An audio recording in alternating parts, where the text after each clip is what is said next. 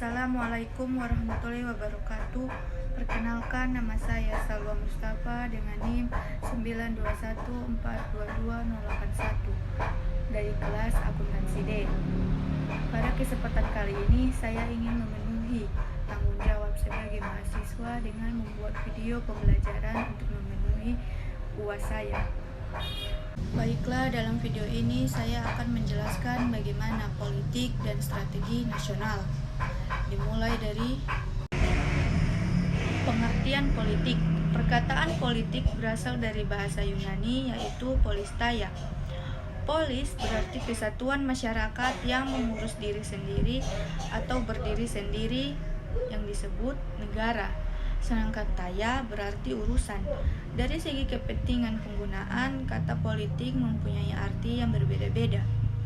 Untuk lebih memberikan pengertian arti politik, disampaikan beberapa arti politik dari segi kepentingan penggunaannya, yaitu yang pertama, dalam arti kepentingan umum atau politics.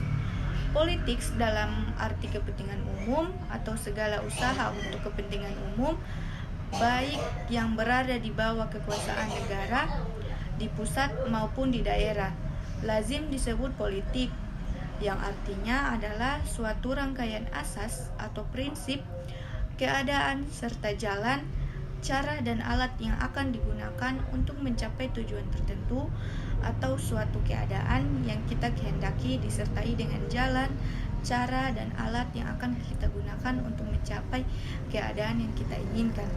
Kedua, dalam arti kebijaksanaan atau polisi.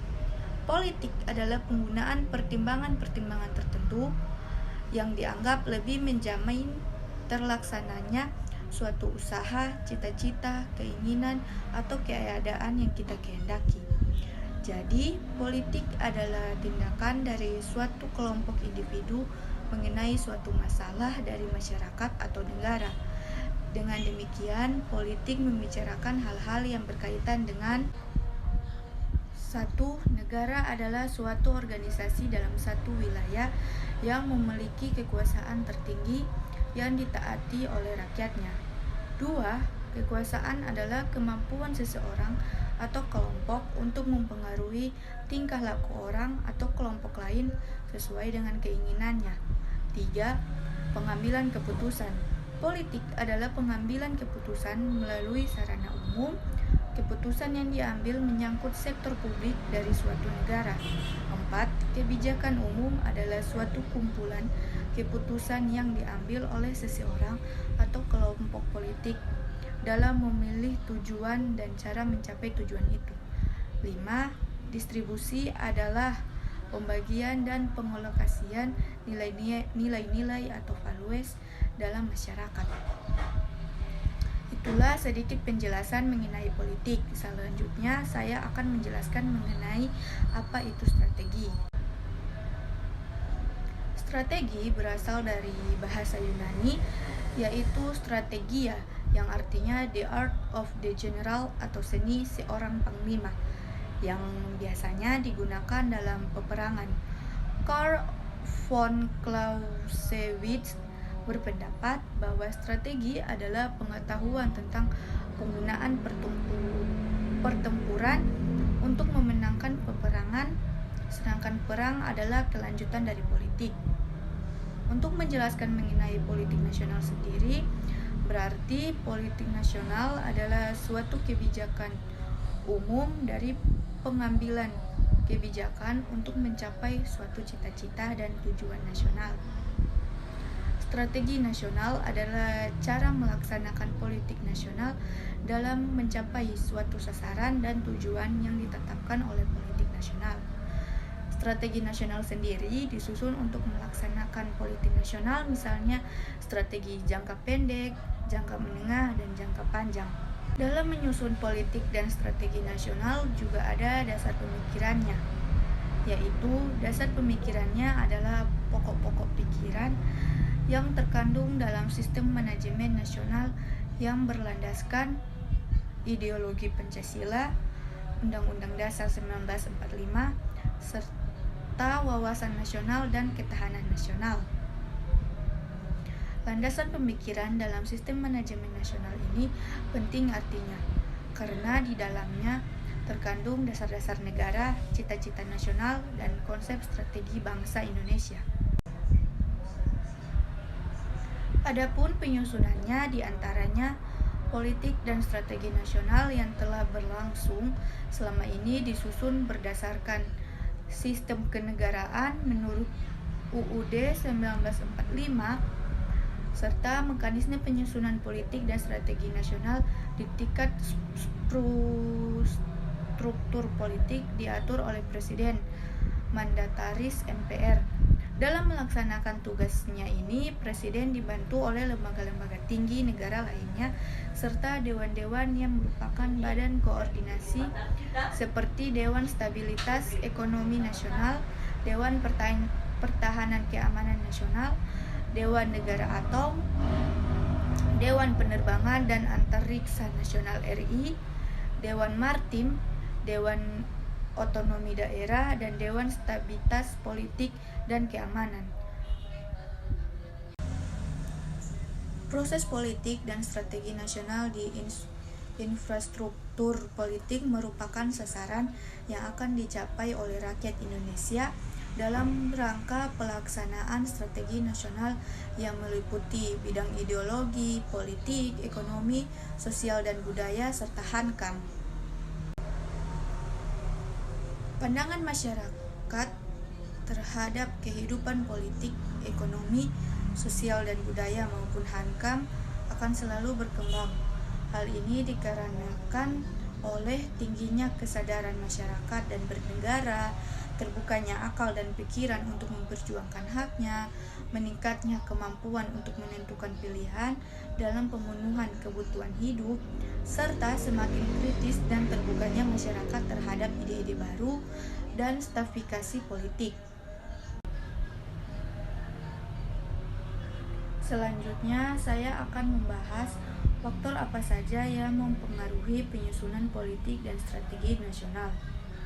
Proses penyusunan politik dan strategi nasional selalu memperhatikan perkembangan lingkungan strategis baik dalam skala global, regional, nasional maupun lokal, sebagaimana diuraikan dalam aspek berikut. Yang pertama, 1. Perkembangan global.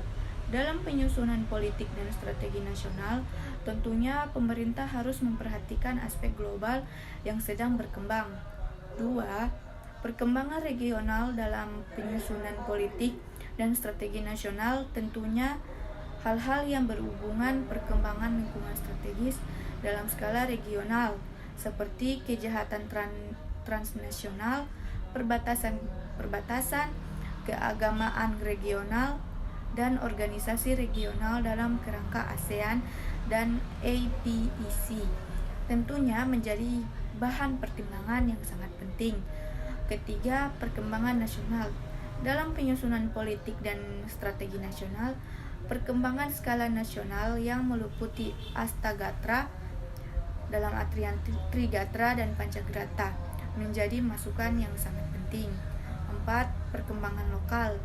Dalam penyusunan politik dan strategi nasional, aspek lokal seperti perkembangannya otonomi daerah, desentralisasi, dan nilai-nilai kearifan lokal juga menjadi bahan pertimbangan.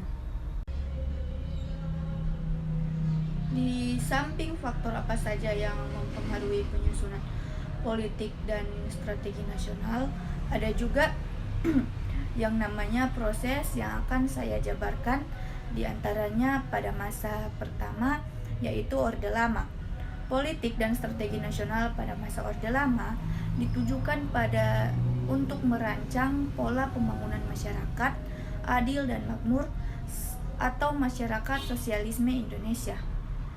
Masuk ke masa Orde Baru yaitu proses penyusunan politik dan strategi nasional pada era Orde Baru atau sering dikenal pula dengan sebutan demokrasi Pancasila didasarkan pada Undang-Undang Dasar 1945. Khususnya pasal 3 sebelum diamandemen, di mana MPR menetapkan Undang-Undang Dasar dan garis-garis besar haluan negara atau GBHN. Ketiga, transisi reformasi. Tiap-tiap lembaga tinggi negara, departemen, dan lembaga pemerintah non-departemen menyusun rencana strategis atau Renstra, sedangkan pemerintah daerah menyusun program pembangunan daerah atau Propeda. Renstra dan Propeda harus mengacu pada Propenas. Untuk Propeda, dimungkinkan adanya penekanan prioritas yang berbeda-beda dalam menyusun program-program pembangunan yang sesuai dengan kebutuhan daerah masing-masing. Keempat, Orde Reformasi. Proses penyusunan politik dan strategi nasional pada era reformasi diawali dengan diterbitkannya Undang-Undang Nomor 25 Tahun 2004 dengan Sistem Perencanaan Pembangunan Nasional atau SPPN. Berdasarkan undang-undang ini, Sistem Perencanaan Pembangunan Nasional dinyatakan bahwa yang dimaksud Sistem Perencanaan Pembangunan Nasional adalah satu kesatuan tata cara perencanaan pembangunan untuk menghasilkan rencana-rencana pembangunan dalam jangka panjang, jangka menengah, dan tahunan yang dilaksanakan oleh unsur penyelenggara negara dan masyarakat di tingkat pusat dan daerah. Selanjutnya kita masuk ke pembahasan yang terakhir, yaitu tentang implementasi politik dan strategi nasional. Yang pertama, Orde Lama. Pada masa Orde Lama, pada saat itu presiden yang menjabat masih Presiden Soekarno. Beliau sendiri menyetapkan politik sebagai panglima dan politik mercusuar, yang berarti pembangunan yang dijalankan lebih diarahkan pada pembangunan politik, sehingga sebagian besar program dan kegiatan pembangunan ekonomi tidak dapat berjalan dengan baik, yang pada akhirnya menyebabkan krisis ekonomi yang menyebabkan ketidakpuasan rakyat terhadap kepemimpinan beliau. 2. Pada masa Orde Baru. Pada kurun waktu sekitar 1969 sampai 1997, bangsa Indonesia berhasil menyusun rencana pembangunan nasional secara sistematis melalui tahapan 5 tahunan. Tahapan pembangunan yang disusun dalam masa itu telah meletakkan dasar-dasar bagi suatu proses pembangunan berkelanjutan dan berhasil meningkatkan kesejahteraan rakyat seperti tercermin dalam berbagai indikator ekonomi dan sosial. Masuk ke masa transisi reformasi. Sesuai dengan tugas pokok dan fungsinya sebagai lembaga perencanaan, Bappenas telah menyelesaikan penyusunan program pembangunan nasional 5 tahun.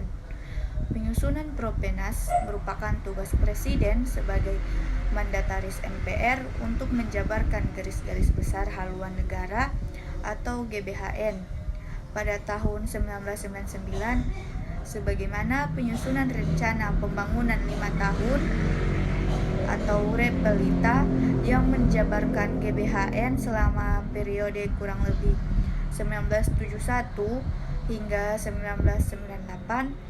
Propenas tentunya memiliki warna yang berbeda dengan Repelita karena disusun dalam suasana yang semangat dan berlainan. 4. Masa Orde Reformasi. Tidak adanya GBHN akan mengakibatkan tidak adanya lagi rencana pembangunan jangka panjang pada masa yang akan datang. Pemilihan secara langsung memberikan keleluasaan bagi calon presiden dan calon wakil presiden untuk menyampaikan visi dan misi serta program pembangunan pada saat berkampanye. Keleluasaan tersebut berpotensi menimbulkan ketidaksinambungan pembangunan dari satu masa jabatan presiden dan wakil presiden ke masa jabatan presiden dan wakil presiden berikutnya. Baik, itulah penjabaran dari materi saya. Mohon maaf apabila ada salah kata dan terima kasih atas waktunya. Assalamualaikum warahmatullahi wabarakatuh.